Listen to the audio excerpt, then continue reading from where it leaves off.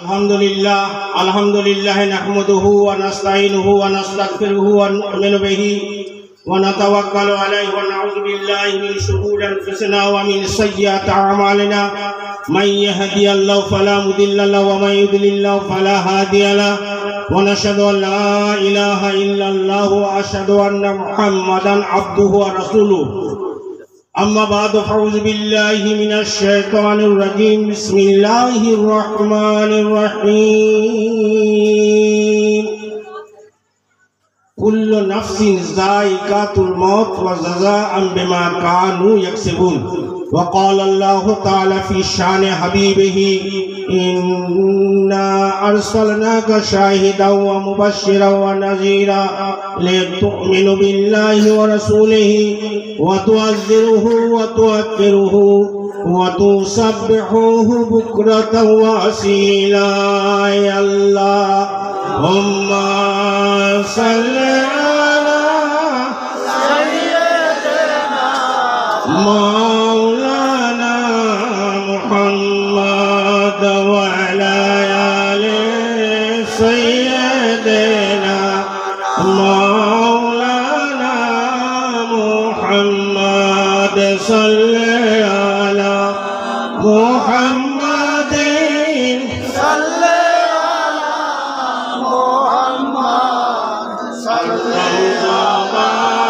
से निकालो पाक नामे मोहम्मद हरदम ज़ुबान से निकालो साफ़िए ना मोहम्मद। ना मोहब्बत की सुनता कोई कहानी, न मोहब्बत की सुनता कोई कहानी, जवानी न होती किसी की दीवानी, न आलम में आती नजर जिंदगानी, हरारत न होती मगर सर्द फानी, मोहम्मद न होते तो कुछ भी न होता, मोहम्मद न होते तो कुछ भी न होता। या अल्लाहुम्मा सल्लि अला सय्यिदिना मौलाना मुहम्मद व अला आलि मौलाना मुहम्मद नहमदुहु व नुसल्ली अला रसूलिहिल करीम। আমার সম্মানিত উপস্থিতি শ্রোতা মণ্ডলী এবং স্টেজে উপস্থিত আমার স্নেহাস্পদ মাওলানা সাহেব, নিকটবর্তী দূরবর্তী অবস্থিতা সকলকে আমি অন্তরের অন্তঃস্থল থেকে আন্তরিক প্রীতি শুভেচ্ছা জাতীয়তাবাদী অভিনন্দন সহকারে ইসলামের পরিভাষায় সালাম জানাই। আসসালামু আলাইকুম ওয়া রাহমাতুল্লাহি ওয়া বারাকাতুহু। আমি দুটো পয়েন্টের উপর আলোচনা করব খুব সংক্ষিপ্তভাবে। নাম্বার 1, আইনের ঊর্ধ্বে কোনো মানুষ আছে কি? ভুয়াটা দেবেন। আইনের ঊর্ধ্বে কেউ আছে? আইনের ঊর্ধ্বে কেউ নয়। তাতে সিএম হতে পারে, পিএম হতে পারে, যদি শেষ ধরে নেওয়া রাষ্ট্রপতি, তাহলে সেও আইনের ঊর্ধ্বে নয়। আজকে আমাদের দেশের অবস্থা এই জন্য এইরকম, আমাদের চলার পথ ঠিক নাই।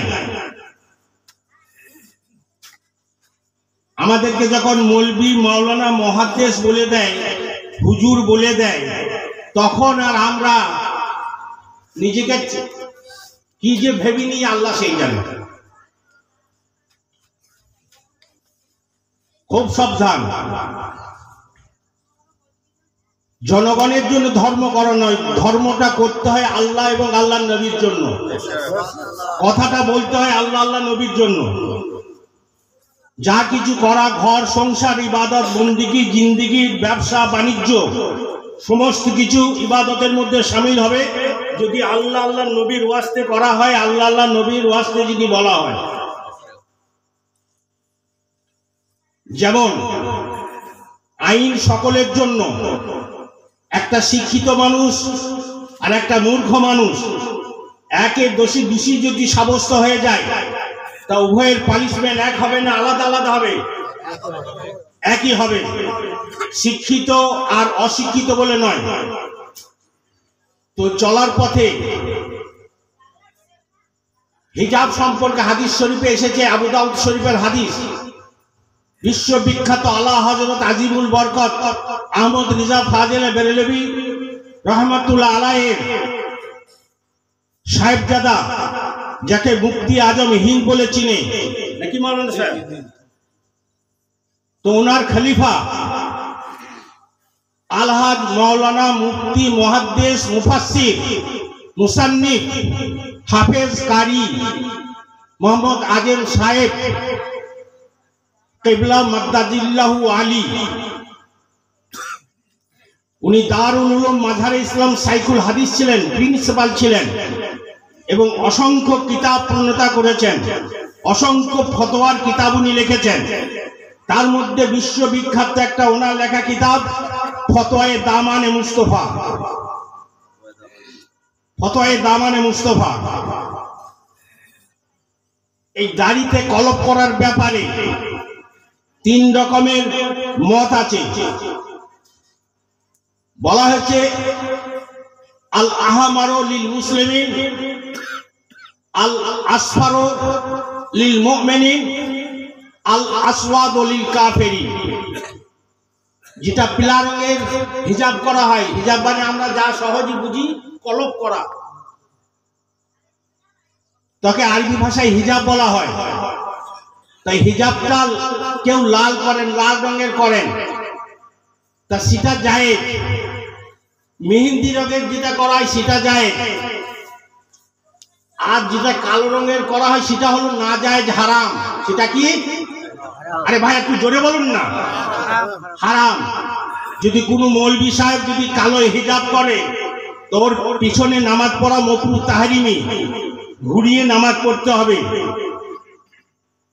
কথাটা বুঝতে পারলেন? কালো হিজাব করাটা হচ্ছে কাফেরের নামান্তর, সেই জন্য বলছে আল আসওয়াদু লিল কাফিরিন। কালো হিজাব করাটা না জায়েজ। যদি কোনো মৌলভী সাহেব, মাওলানা সাহেব, হাফেজ সাহেব, পীর সাহেব যদি দাবি করে আর যদি কালো কলম যদি লাগায়, তাহলে জানতে হবে তার পিছনে নামাজ পড়া মাকরুহ তাহরিমি, তার তাকরীর করা বক্তৃতা শোনা মাকরুহ তাহরিমি। কারণ সে শরীয়ত বিরোধী কাজ করেছে, যে তার পশ্চাতে নামাজ হবে না। কি বলেন না স্যার? কারণটা কি? কালো হিজাব করার অর্থটা শুনেলেন। যখন আমি কালো হিজাব করবো অর্থাৎ কালো কলম লাগাবো, তো সূক্ষ্মতে আমার মনটা বয়সটা কম দেখানো মানুষকে। কথাটা ঠিক বলছি না ভুল বলছি? তাহলে জানতে হবে, এই জন্য বলা হয়েছে মনটা এখনো রঙিলা আছে। ওর দাড়ি পেকে গিয়েছে, সাদা হয়ে গেছে, চুল পেকে গিয়েছে, মুছ পেকে গিয়েছে। আর যদি চুলে মুছে দাড়িতে যদি কালো কলপ করা হয়, তাহলে যাতে আমাকে যেন অল্প বয়সের যেন 30-35 বছরের যুবক মনে হয়, এইরকম ভাব।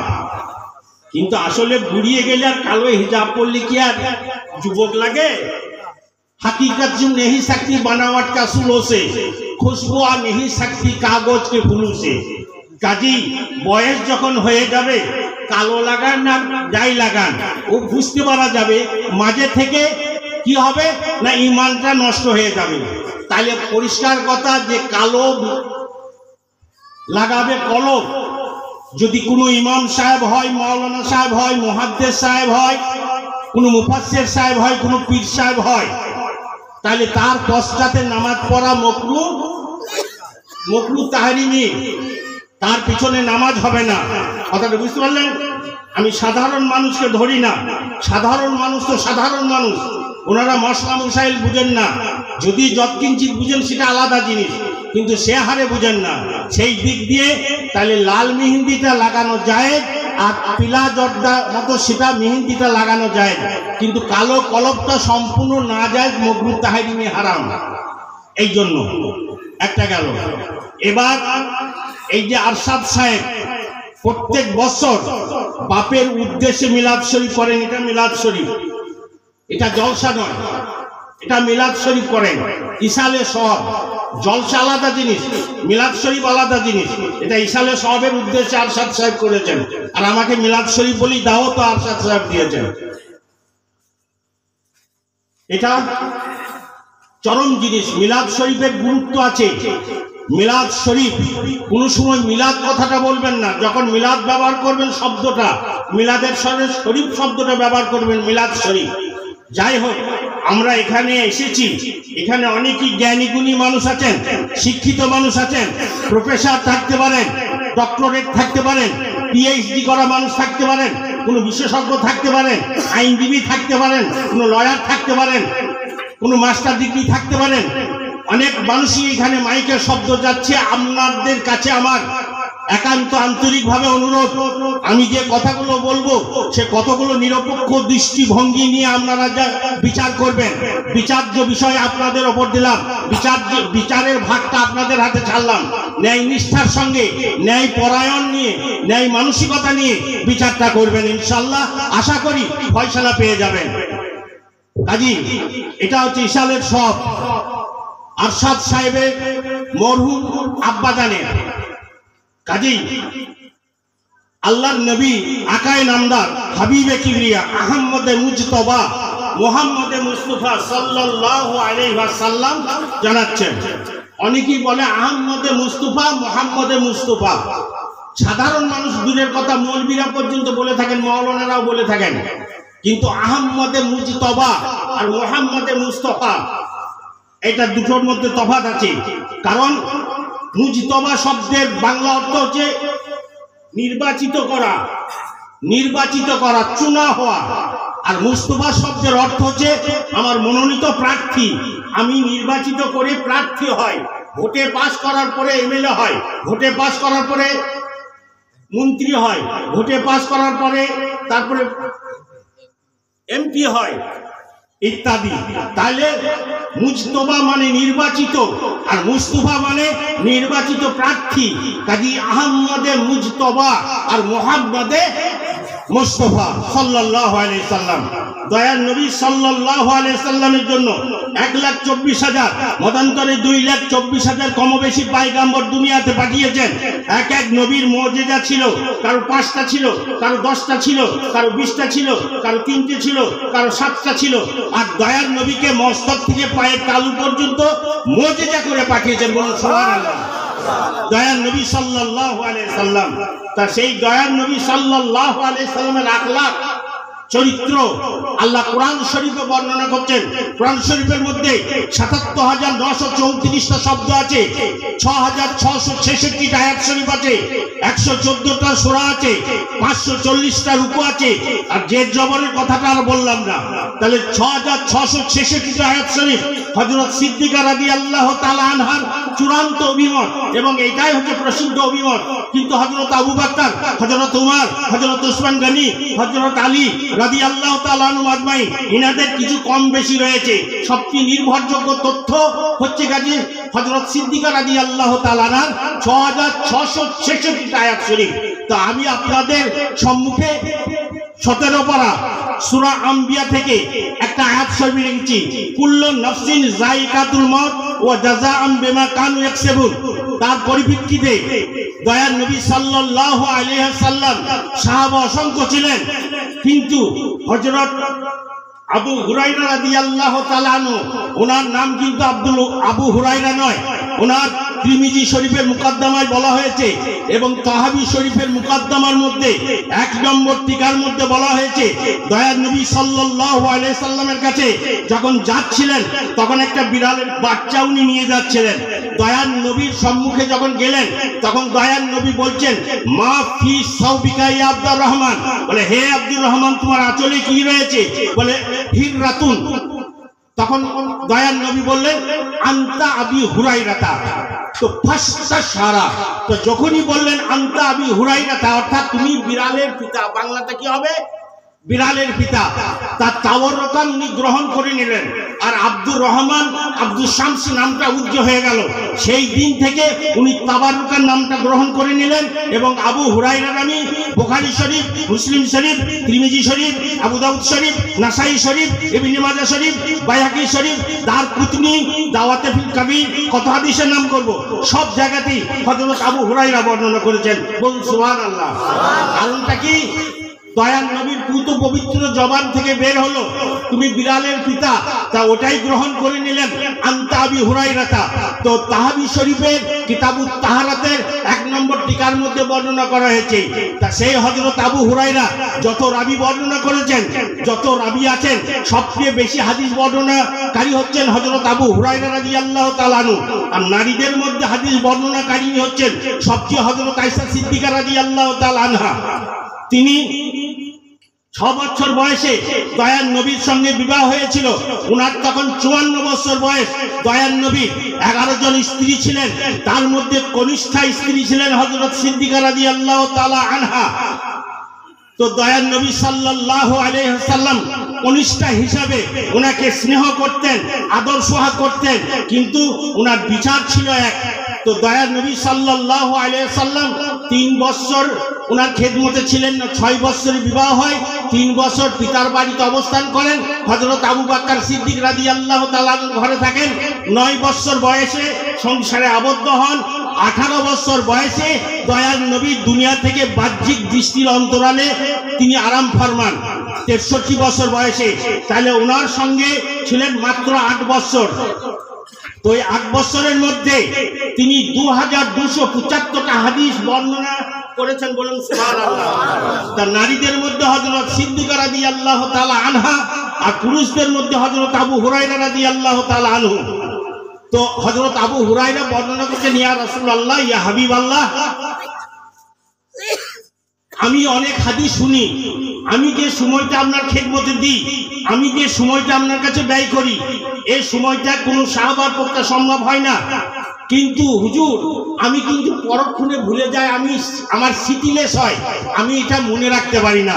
আল্লাহর নবী বললেন, হাদিসটা এবার আরবি ইবারতটা বলছি, বুখারী শরীফ প্রথম খণ্ড 22 পৃষ্ঠা, বুখারী শরীফ প্রথম খণ্ড 22 পৃষ্ঠা, কিতাবুল ইলমের 1 নম্বর হাদিস, ওয়া নবী হুরায়রা ক্বালা কুলতু ইয়া রাসূলুল্লাহ ইন্নী আসমাউ মিনকা হাদিসান কাসীরান ফানসাহু ক্বালা উবসুদ রাদাকা ফাবাসাতাহু ফাগারাফা বিয়াদাই সুম্মা ক্বালা জাম্মুন ফাজামামতাহু ফামা নাসিতু শাইয়ান বাদু। বলুন সুবহানাল্লাহ। কিতাবুল ইলমের হাদিস। হযরত আবু হুরায়রা বলেন, ইন্নী আসমাউ মিনকা হাদিসান কাসীরা, আমি অনেক হাদিস শ্রবণ করি, ফানসাহু, পরক্ষণে সেটা আমি ভুলে যাই, স্মৃতিলেস হয়ে যায়, মনে থাকে না। দয়ার নবী বললেন, উবসুদ রাদাকা, তোমার চাদরটা এরকম করে বিছাও। তা দয়ার নবীর সম্মুখে এরকম করে চাদরটা এমনি ধরলেন 2 হাতে করে। দয়ার নবী ফা গারাফা বিয়াদাই, 2 হাত এইরকম করে উনি ছেড়ে দিলেন। উনি কি বললেন? জাম্মুন, তুমি বন্ধ করে নাও। ফা জামামতাহু, উনি বন্ধ করে নিলেন। তারপর ফামা নাসিতু শাইয়ান বাদু, তারপরে জীবনে আর কোনোদিন কোনো বিষয়ে যেটা একবার প্রত্যক্ষ করেছেন, যেটা একবার শ্রবণ করেছেন, জীবনের শেষ নিঃশ্বাস পর্যন্ত আর তিনি ভুলেন নাই। বলুন সুবহানাল্লাহ।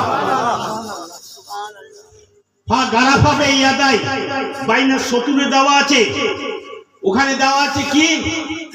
বাইনা গারাফা ইয়াদাই, অর্থাৎ উনি 2 হাত ঝেড়ে দিলেন। তারপর জাম্মুন যখন বললেন বন্ধ করে নাও, বাইনা সতুরে দেওয়া আছে, ইলা সাদরি, বক্ষস্থলে উনি চেপে ধরলেন। তারপরে শেষে ফামা নাসিতু শাইয়ান বাদহু, তারপরে উনি জীবনে কোনোদিন ভুললেন না। বাইনার সতুরে নিচে দেওয়া আছে তানকিরহু ইয়াদুল্লু আলাল উমুম, কোনো নির্দিষ্ট বিষয় ভিত্তিক নয়, সব বিষয়ে একবার যেটা প্রত্যক্ষ করেছেন, একবার শ্রবণ করেছেন, আয়নার মতো চকচক হয়ে গেছে। বলুন সুবহানাল্লাহ। লক্ষণীয় বিষয়, দয়ার নবী খালি হাত এইভাবে ঝেড়ে দিলেন আর বন্ধ করে নিতে বললেন। ইলমে মারেফত, ইলমে তরিকত, ইলমে শরীয়ত, ইলমে হাকিকতে পরিপূর্ণ হয়ে গেছিল। বলুন সুবহানাল্লাহ। পৃথিবীর নজিরবিহীন যে দয়ার নবী খালি হাত ঝেড়ে দিলেন আর জ্ঞানের সমুদ্র হয়ে গেলেন। জ্ঞান, গরিমা, বিবেক, বুদ্ধি সব দিক দিকে অতুলনীয় হয়ে গেলেন। হযরত আবু হুরায়রা রাদিয়াল্লাহু তাআলা আনহু, এর নাম হচ্ছে নবী মুস্তাফা রাহমাতুল লিল আলামিন। কথা ওয়াজ মানে সুর করে বলা নয়, ওয়াজ মানে হাসানো নয়। দুটো বক্তা আছে, পেটে খিল চলে আসে, নেটে একবার করে দেখতে হয় আমাদেরকে, তো হেসে পেটে খিল চলে আসবে লেখা আছে, তারপর গড়িয়ে পড়বে। ওগুলা ওয়াজের ধারা নয়, ওগুলা হলে কমিক। সার্কাসের জোকাররা যেমন কমিক দেয়, সেই রকম কমিক, হেসে খিল লেগে যায়। বুঝতে পারলেন? আফসোসের কথা। কাজী ওয়াজ হচ্ছে সংশোধন করা, মানুষের চরিত্রকে সংশোধন করা, আখলাককে সংশোধন করা, ব্যবহারকে সংশোধন করা, সমস্ত কিছু মানসিকতাটা খারাপ থেকে ভালোতে পরিণত করা। ওয়াজ সেই জিনিস যেটা সংশোধন করা হয়। এই জন্য আজকে হাজতখানা বলে না, জেলখানা বলে না, আজকে সাইনবোর্ড দেওয়া আছে সংশোধনাগার। মানে তুমি যার জন্য এখানে এসেছো, এখান থেকে যখন বেরোবে তখন যেন সংশোধন হয়ে বেরিয়েও আর ওই কাজটা করবে না, সংশোধন হয়ে যাও। তা ওয়াজের অর্থ হচ্ছে তাই। নবী মুস্তাফা রাহমাতুল লিল আলামিন সাল্লাল্লাহু আলাইহি ওয়াসাল্লাম শিক্ষা দিচ্ছেন মানুষকে। দয়ার নবী যার স্বয়ং আল্লাহ, সুবহানাল্লাহ, যে আল্লাহ স্বয়ং যাকে গাইড করেন, আল্লাহ তিনি হচ্ছেন শিক্ষক আর তিনি হচ্ছেন ছাত্র। অর্থাৎ আল্লাহ হচ্ছেন শিক্ষক, নবী মুস্তাফা হচ্ছেন ছাত্র। বলুন সুবহানাল্লাহ। তার দয়ার নবীর সঙ্গে কারো তুলনা হয়? 27 পারা সূরা নাজম কি বলছে? ওমা ইয়ানতিকু আনিল হাওয়া ইন হুয়া ইল্লা ওয়াহয়ু ইউহা। বলুন সুবহানাল্লাহ। একটা শব্দ উনি নিজের খায়েশ অনুযায়ী, প্রবৃত্তি অনুযায়ী উনি প্রয়োগ করেন না, যা কিছু বলেন আল্লাহর নির্দেশে। তাহলে যে মানুষটা আল্লাহর নির্দেশে চলাফেরা, খাওয়া দাওয়া, উঠা বসা, কাজকর্ম, সমস্ত ইবাদত বন্দেগী, যার চরিত্র সম্পর্কে আল্লাহ জানাচ্ছেন কি? ওয়া ইন্নাকা লা আলা খুলুকিন আযীম, যার চরিত্রকে আমি আজিম বলে বর্ণনা করেছি। আজিম হচ্ছে কাজে ইসমে মুবালিগার সিগা, যে তার চেয়ে আর বড় হয় না। যেমন বিশেষণ হয়, বিশেষণ তারও বিশেষণ, বিশেষণের বিশেষণ তারও বিশেষণ। যারা শিক্ষিত রয়েছেন তারা নিশ্চয়ই বুঝতে পারছেন। কাজী শেষ, কাজী আল্লাহ বলছেন ওয়া ইন্নাকা লা আলা খুলুকিন আযীম, হে মাহবুব তোমার আখলাককে আমি খুলকে আজিম বলেছি। আর সারা দুনিয়ার সামানকে বলেছেন মাতাউন কালিলুন, পৃথিবী 7 তবক জমিন এবং 7 তবক আসমানে যা কিছু রয়েছে ওটা ক্ষুদ্র থেকে ক্ষুদ্রতর বলে বর্ণনা করেছি। বলুন সুবহানাল্লাহ। ভাবতে পারেন? ক্যালকুলেটর করে কারো ক্ষমতা আছে? 7 তবক জমিন 7 তবক আসমানকে ক্ষুদ্র বলছেন, আর দয়ার নবীর আখলাকটা লেগে বলছেন, ইসমে মুবালিগা সিগা ব্যবহার করছেন যে ফুলকে আজিম। তার শান সম্পর্কে যদি কেউ বলতে যায়, সেটা বলবে, সময় হলেই বুঝতে পারবে। উত্তর দক্ষিণ যখন হবে তখন বুঝতে পারবে কত চালে কত পানি। যাই হোক, মানুষ হিসাবে আমি কোনো সাহিত্যিক নই, আমি কোনো পণ্ডিত নই, আমি কোনো বিশেষজ্ঞ নই, কোনো আইনজীবী নই, আমি সাধারণ মানুষ। আপনারা জ্ঞানীগুণী মানুষ। আমি মনের ভাবটা কোন রকম বলবো, আপনারা বুঝতে পারবেন। মানুষের দুটো চলাফেরার মধ্যে আমাদের দুটো ভুল দেখা যায়, মারাত্মক। নাম্বার 1, নবী মুস্তাফার কাছে একজন বললেন, ইয়া রাসূলুল্লাহ, ইয়া হাবিবাল্লাহ, জান্নাত যাওয়ার পথ যদি অবলম্বন করতে হয় তাহলে ইয়া রাসূলুল্লাহ দয়া করে আপনি সংক্ষিপ্তভাবে বলবেন। দয়ার নবী বললেন, হ্যাঁ, তোমরা দুটো জিনিসের কথা দাও, আমি জান্নাতের কথা দিচ্ছি তোমাদেরকে।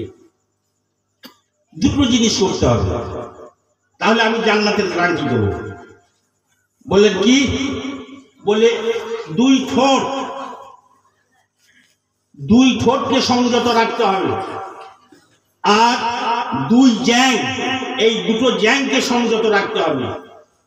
দুই ঠোঁটের মাঝখান আর দুই জ্যাংয়ের মাঝখান, এই দুটো যদি সংযত করতে পারো তাহলে জান্নাতের জন্য আমি গ্যারান্টি দিচ্ছি। বলুন সুবহানাল্লাহ। সার কথা।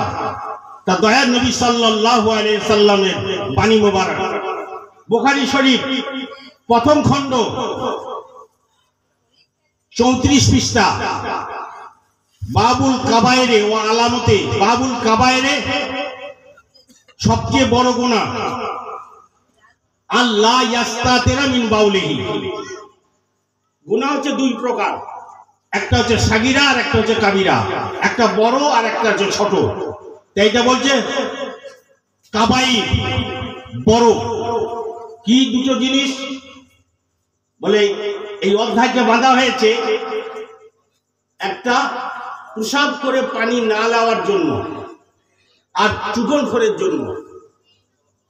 হাদিসটা হচ্ছে হাদাসানা উসমান জারির আন মানসুরিন আল মুজাহিদিন আন ইবনে আব্বাসিন ক্বালা মাররা নবী সাল্লাল্লাহু আলাইহি সাল্লাম মিনাল মদিনাতে আও মক্কাতা ফাসামিয়া সাউতা ইনসানাইনি ওয়াজমানে ফি কুবুরিহিমা ফাকাল নবী সাল্লাল্লাহু আলাইহি সাল্লাম আহাদুহুমা আল্লাহ ইয়াসরাতিরা মিন বাউলিহি ওয়া কানা আল আখিরু ইয়ামশি বিনামিমাতি সুম্মা দাবে জারিদাতিন ফাকাসারাহা কিসরাতাইনি ফাকিলা লাহু ইয়া রাসূলুল্লাহ লিমা ফাআলতা হাযা ক্বালা লা আল্লাহু আন ইউখাফফাফা আনহুমা মা লাম তাইবাসা। 24 পৃষ্ঠার মধ্যে বর্ণনা করা হচ্ছে। দয়াল নবী সাল্লাল্লাহু আলাইহি সাল্লাম সাহাবাদেরকে নিয়ে মক্কা শরীফ অথবা মদিনা শরীফের কবর আস্তানা দিয়ে যাচ্ছিলেন। তাই বলেছেন, নিজ যেতে যেতে থমকে দাঁড়িয়ে গেলেন। দাঁড়িয়ে যাওয়ার পর দয়াল নবী বলছেন, ইউআযযাবানে ফি কুবুরিহিমা, এই দুটো কবরের মধ্যে আযাব হচ্ছে। আহাদুহুমা, তাদের মধ্যে এক, লা ইয়াস্তাতিরা মিন বাউলিহি, প্রসাব করার পর ইস্তানজা করতো না, প্রসাব করার পর পানি নিত না, তার জন্য এই কবরটা আযাব হচ্ছে। ওয়া আখিরু, আর দ্বিতীয় ব্যক্তি ইয়ামশি বিন নামিমাতে, এ চুগলখোর ছিল। চুগলখোর কাকে বলা হয়? এর কথা ওর কাছে আর ওর কথা এর কাছে, মানে ওর মনোরঞ্জন কথা বলতো ওর কাছে গিয়ে, আর এর কথাটা মনোরঞ্জন করার জন্য ওর কাছে বলতো। তা একে বলা হয় চগলখোর। তাই চগলখোরের জন্য বলছে নামিমা, চগলখোর। এই দুটো কারণে আযাব হচ্ছে। তারপরে দয়ার নবী বললেন যে যাও একটা খেজুরের ডাল নিয়ে এসো। খেজুরের ডাল নিয়ে আসা করালেন। তা কি করলেন? ফাকাসারা কিসরাতাইনি, বাংলা এবং ইংরেজিতে এক বচন বহু বচন, সিঙ্গুলার প্লুরাল, কিন্তু আরবিতে এক বচন দ্বিবচন বহু বচন, ওয়াহিদ তাসনিয়া জমা, তাই এটা দ্বিবচন। তাই বলে কাসারা কিসরাতাইনি, উনি দ্বিখণ্ডিত করলেন, ওই মাঝখানে ধরে ছিঁড়ে দিলেন। সাহাবায়ে কেরাম বললেন, ইয়া রাসূলুল্লাহ লিমা ফাআলতা হাযা, দয়ার নবী আপনি এটা করলেন কেন? ওই উপকারিতা সম্পর্কে আপনি বলুন। দয়ার নবী বললেন যে নসব করে দাও, গেড়ে দাও। কি বলে? ফাকিলা লাহু ইয়া রাসূলুল্লাহ লিমা ফাআলতা হাযা ক্বালা লাআল্লাহু আন ইউখাফফাফা আনহুমা মা লাম তাইবাসা। দয়ার নবী দুটো কবরের মধ্যে খেজুরের ডালটা গেড়ে দিলেন। গেড়ে দেওয়ার পর বলেন এর উপকারিতা, যতক্ষণ সতেজ থাকবে, যতক্ষণ সবুজ থাকবে, ততক্ষণ তাসবিহ করবে, আর এর কবরের আযাব আল্লাহ তাকফীর করে দেবেন, কমিয়ে দিবেন, মাফ করে দেবেন। বলুন সুবহানাল্লাহ। আল্লামা শরীফুল আমজাদি রহমাতুল্লাহ আলাইহি মুবারকপুরি, তিনি মুবারকপুরের সাইকুল হাদিস বুখারী শরীফের সারা লিখেছেন। নুজহাতুল কারি, বিশ্ববিখ্যাত বুখারী শরীফের সারা, সেই সারার মধ্যে বর্ণনা করেছেন আল্লামা শরীফুল আমজাদি রহমাতুল্লাহ আলাইহি। দয়ার নবী যখন কবরে, দুই কবরে যখন ওনার দাস্ত মুবারক অর্থাৎ হাত মুবারক যখন স্পর্শ হয়েছে, তা তাকফীর মানে হালকা হওয়া তো দূরের কথা, কবরের আযাব চিরদিনের ধরে আল্লাহ মাফ করে দিয়েছে। বলুন সুবহানাল্লাহ। বলুন, এদিকে কবরে খেজুরের ডাল দেওয়া হয় না, হয় না? দেওয়া হয়। এইটাই হচ্ছে তার সুন্নত, হাদিস শরীফে প্রমাণিত। এই জন্য খেজুরের ডাল কবরে দিতে হয়। প্রথমে উত্তরে অর্থাৎ মাথাতে একটা, আর মাঝখানে একটা, আর পিছনে একটা। এটা বুখারী শরীফের বর্ণনা। কাজী দয়ার নবী সাল্লাল্লাহু আলাইহি সাল্লাম ওই কবরে হাত রাখলেন, আর সেই হাত রাখার কারণে দয়ার নবী সাল্লাল্লাহু আলাইহি সাল্লামের দাস্তে মোবারকের জন্য আল্লাহ কবরের আযাবকে চিরদিনের তরে মাফ করে দিলেন, বলুন সুবহানাল্লাহ। দেখতে পারেন রিজাউলের কথা নয়, নুজহাতুল কারী মুফতি শরীফুল আমজদি রহমাতুল্লাহ আলাইহি বুখারী শরীফের সারা নুজহাতুল কারীর মধ্যে বর্ণনা করছে, বলুন সুবহানাল্লাহ। তাহলে বোঝা গেল দয়ার নবী সাল্লাল্লাহু আলাইহি ওয়াসাল্লাম কেমন ছিলেন এটা জানার বিষয় তোমাদের নয়, তোমাদের জ্ঞানে আসবে না। ফেরেশতা সে বুঝতে পারে না, মালাকুল মউত সে বুঝতে পারে না, ইজরাইল সে বুঝতে পারে না। আর তুমি কোন মায়ের লাল যে তুমি নবী মুস্তাফাকে মূল্যায়ন করবে? নেতাজির সঙ্গে পেঁয়াজি তুলনা। আল্লাহ জাত পাক রব্বুল আলামিন পবিত্র পাক কালামের মধ্যে জানাচ্ছেন, হাদিস মুবারকের মধ্যে জানাচ্ছেন, লা ইয়ামকিনু সানা কামা কানা হাক্কাহু বাদাত খুদা বুজুর্গি তুই কেসা মুক্তেসার। বলে হে আমার মাহবুব, তুমি আর আমি, আমি আর তুমি, তুমি ছাড়া আমাকে চেনো না, আমি ছাড়া তোমাকে চিনি না। হাকিকাতটা তোমার আর আমার সঙ্গে সীমাবদ্ধ, দুনিয়ার কোনো মানুষ চেনে না। পৃথিবীর সবচেয়ে প্রিয়তমা কে? নিজের স্ত্রী। হ্যাঁ ভাই, এই তো ইনি শিক্ষিত মানুষ, দেখুন ইনি শিক্ষিত মানুষ, ফেস বলছে। তো হযরত সিদ্দিকা রাদিয়াল্লাহু তাআলা আনহা কনিষ্ঠা স্ত্রী ছিলেন। তো দয়ার নবী খেদমতে একদিন নিয়ে গেলেন গাড়ি হিরাতে। নিয়ে যাওয়ার পর জি বলছেন, আসসালামু আলাইকা ইয়া রাসূলুল্লাহ। তা উনি উত্তর দিলেন না। ইনি ভাবছেন যে হয়তো শুনতে পান নাই আমার সালামটা, আবার বলছেন আসসালামু আলাইকা ইয়া রাসূলুল্লাহ, উত্তর দিলেন না। তৃতীয়বার বলছেন শুনতে পান নাই, আসসালামু আলাইকা ইয়া রাসূলুল্লাহ, তৃতীয়বার বললেন। তারপরে বলছে ওয়া আলাইকাস সালাম। এনার মধ্যে ভাবান্তর ঘটলো। বলে ইয়া রাসূলুল্লাহ, ইয়া হাবিবাল্লাহ, আমি তো ভাবছিলাম আমি শুনতে পান নাই। বলে না, আমি শুনতে পাইনি। কি বলছেন? লি মা ওয়াল্লাহি ওয়াক্তুন লা ইয়াসুনি মালাকুন মুকাররাবুন নাবিউন মুরসালুন ওয়া ইয়াকে। বলে হে আয়েশা, তুমি তো দূরের কথা, কোনো ফেরেশতা টের পাই না, কোনো নবী টের পাই না, কোনো রাসূল টের পাই না, কোনো পয়গম্বর টের পাই না, জিবরিল পাই না, মিকাইল পাই না, ইসরাফিল পাই না, ইজরাইল পাই না, দুনিয়ার কেউ আমাকে টের পাই না। লি মা ওয়াল্লাহি ওয়াক্তুন, এমন একটা সময় আমার হয়ে যায়, আল্লাহর সঙ্গে আমার এমন সময় একটা হয়ে যায়, ওই সময় দুনিয়া সম্পর্কে আমার কোনো দিক থাকে না, দুনিয়ার সঙ্গে আমার কোনো সম্পর্ক থাকে না, দুনিয়ার সঙ্গে আমার কোনো লেশ থাকে না। তখন আল্লাহর সঙ্গে এমন একটা মুস্তাগরাক হয়ে যায়, একটা মিশে যায়, তখন আমার দুনিয়া বলে কিছু থাকে না, বলুন সুবহানাল্লাহ। হযরত আয়েশা সিদ্দিকা যাকে মূল্যায়ন করতে পারে না সহধর্মিণী হয়ে, আর তোমরা নবী মুস্তাফাকে মূল্যায়ন করবে? আফসোস। সময় অপেক্ষা করো, সময় জবাব দিয়ে দেবে। দয়ার নবী সাল্লাল্লাহু আলাইহি ওয়াসাল্লাম, এটা কোন? বুখারী শরীফের সারা, বুখারীর হাদিস, বুখারী শরীফের সারা নুজহাতুল কারীর মধ্যে আল্লামা শরীফুল আমজদি রাহমাতুল্লাহ আলাইহি বর্ণনা করছেন। তাইলে যে হযরত আয়েশা সিদ্দিকা দূরের কথা, ফেরেশতারা পর্যন্ত টের পায় না, তাহলে সেই নবীর সঙ্গে আমাদের তুলনা? হাজার সালাম, হাজার সালাম, কোটি কোটি সালাম, কোটি কোটি বার সালাম। যদি নবী পাকের নামে যদি কেউ একবার অন্তর ভরে যদি কেউ চুম্বন নিয়ে নেয়, তো আল্লাহ বলছে তোমার ওই চুম্বনের জন্য তোমাকে আমি জান্নাতে দেবো। নামাজ পড়বে, রোজা রাখবে, হজ করবে, যাকাত দিবে, নিশ্চয় শরীয়তের বিধান, কিন্তু নামাজ আনয়নকারীকে সম্মান আগে করো, রোজা আনয়নকারীকে সম্মান আগে করো। রিজাউলের কথা নয়, 9 পারা সূরা আনফাল 24 নম্বর আয়াত, ইয়া আইয়ুহাল্লাযীনা আমানু ইসতাজিবু লিল্লাহি ওয়াল রাসূল ইজা দাআকুম লিমা ইউহয়িকুম। এটা 9 পারা সূরা আনফালের 24 নম্বর আয়াত।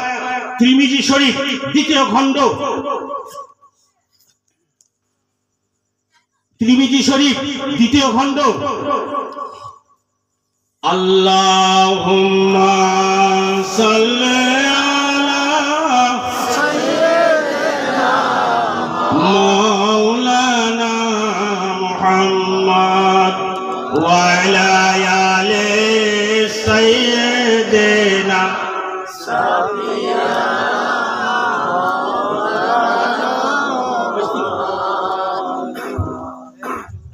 এই মুহূর্তে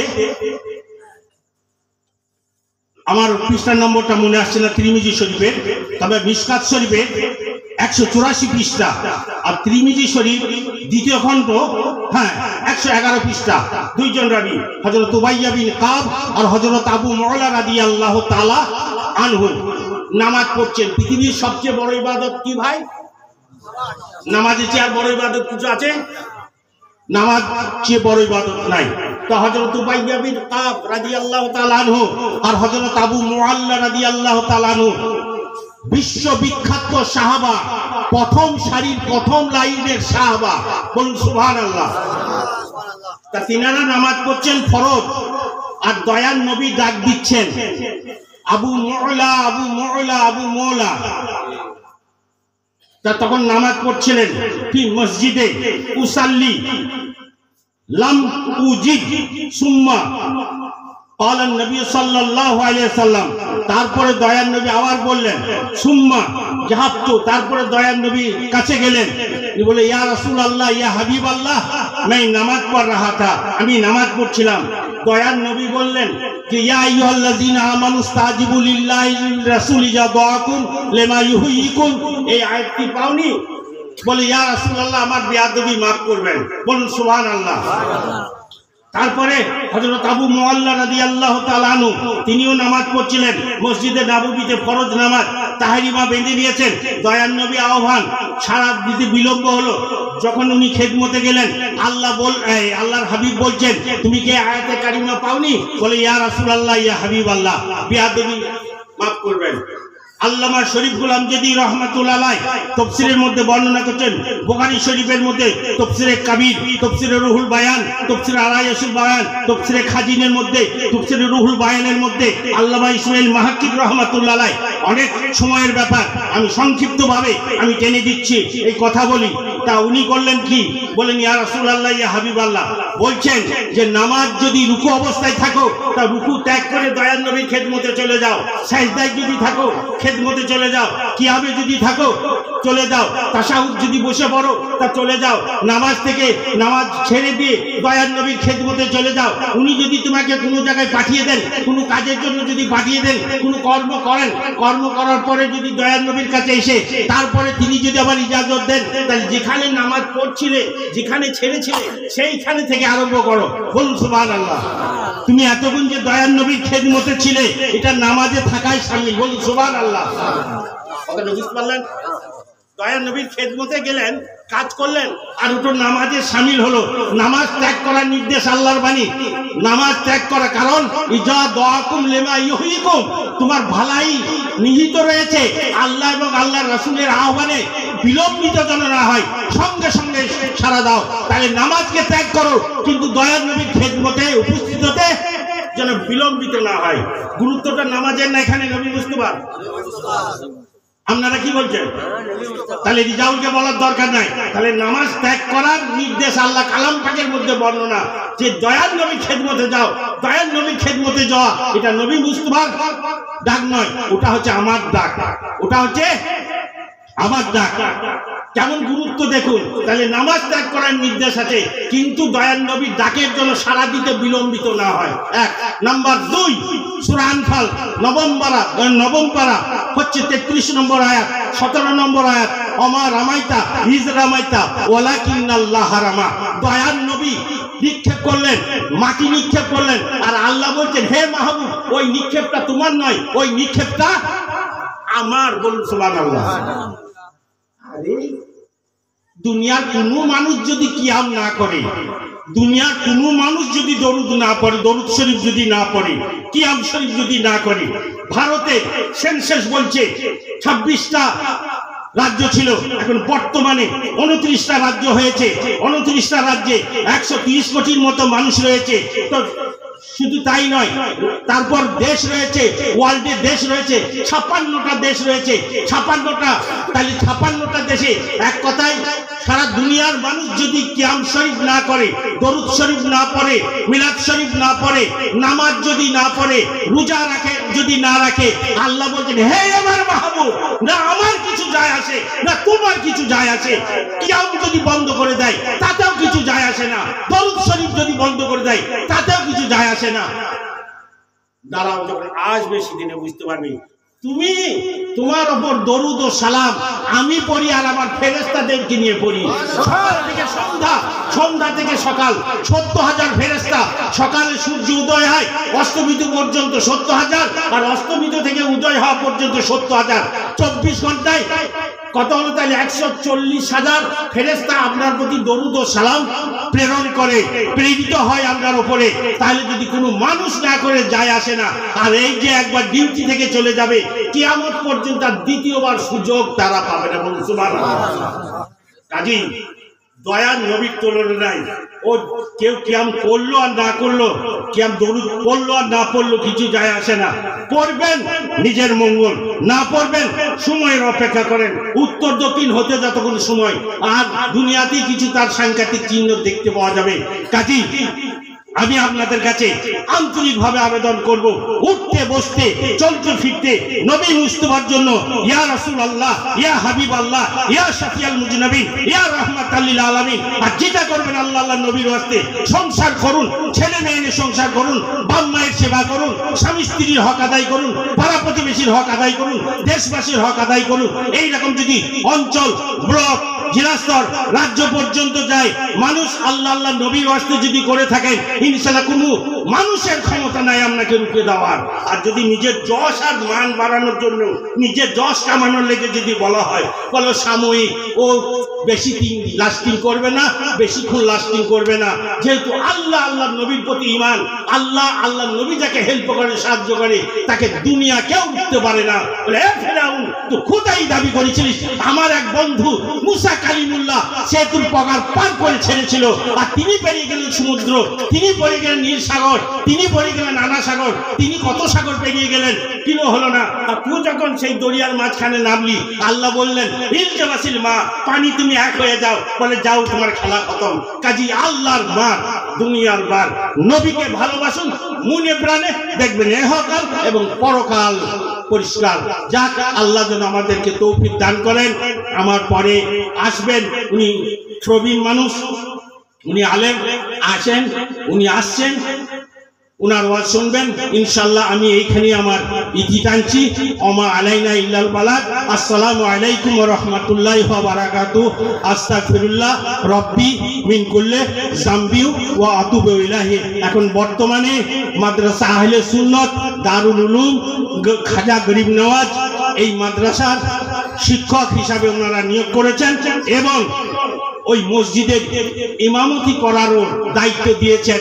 আমি নগণ্য হলো, আমি যৎকিঞ্চিত, তবু আমি আপ্রাণ চেষ্টা করি আল্লাহ আল্লাহ নবীর ওয়াস্তে বলতে, এবং আল্লাহ আল্লাহ নবীর ওয়াস্তে মানুষকে আমি বলি। আল্লাহ জানে মনের কথা।